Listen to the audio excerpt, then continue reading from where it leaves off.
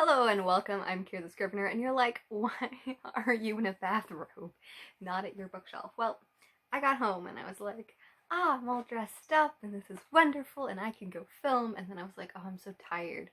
So then I took my hair out, put a bathrobe on and all of that, and then I was like, oh, I feel like I could film now. And I was like, clothing, that's just gonna take all of the energy I have to film.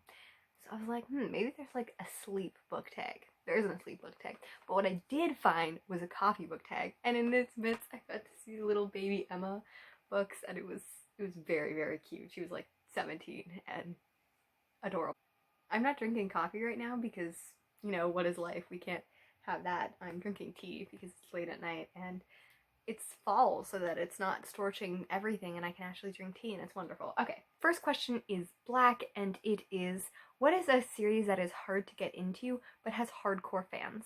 And I'm going to choose Stormlight Archive or Mistborn, either one by Brandon Sanderson. I think that Brandon Sanderson, well, at least his adult fantasy, is daunting for many people because they know it's really, really good, but the book series are very large when it comes to Stormlight. I cannot say that.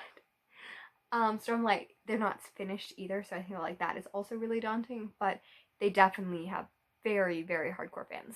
Number 2, we have Peppermint Mocha. Name a book that gets more popular during the winter or festive time of year. The first one that came to my mind was The Afterlife of Holly Chase. I have not read this one, but she's a ghost and she's doing something with her crush.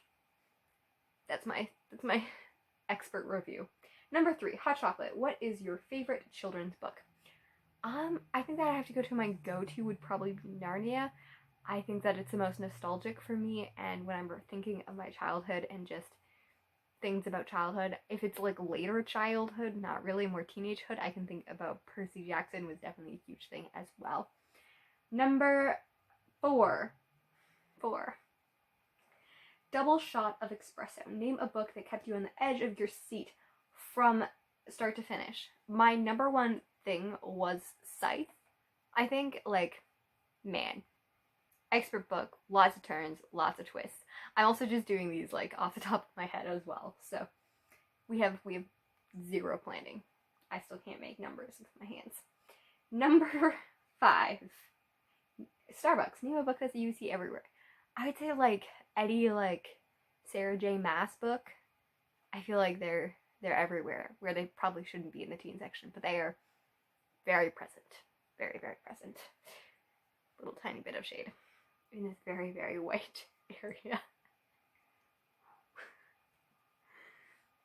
Number 6, That Hipster Coffee Shop. Give a book by an indie author shout out. I'm just gonna shout out my sister. My sister is Pamela Mehmet, the author of Rightful, the story of Diana Antwer, which is a kind of cliched but very good take on the rightful heir trope, and I really enjoyed it. She worked on it for a long time and published it 2 years ago?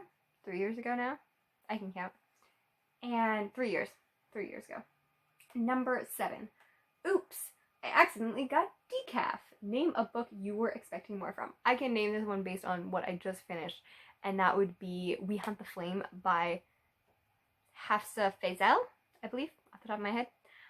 I loved this book. It jumped in, and I was like, you can watch my vlogs where I was like, oh, this is gonna be favorite. And then by I was finished, I was like, it's just, I couldn't recall anything that happened, and a lot of it was quite slow, which I like slow, but for some reason it left my mind as soon as I finished, which is not a good thing about a book. And just there wasn't as much as I wanted.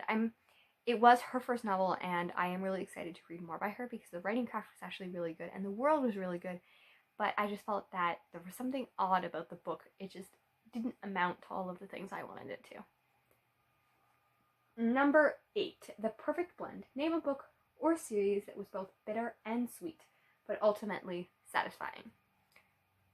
I feel like I had something off the top of my head when I first read this. I think I thought of The London Leads. This is a series that I really, really love. And it follows Adelina, and she is a full-out villain. We say anti-hero, but that's just coding for her being a straight-out villain.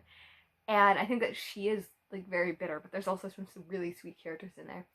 And I really like just Marie Lu in general. She takes a lot of risks in her stories and gets a little bit more tragedy and a little bit more gore and blood and all of that. And I like that. I like that she takes risks, and yeah, I just love everything she puts out pretty much. True story. And that's the end. I don't have tags because again, I did not plan this. Goodbye. I will hopefully be dressed next time I film a video. Hopefully. Happy reading and writing, and I will see you guys very soon.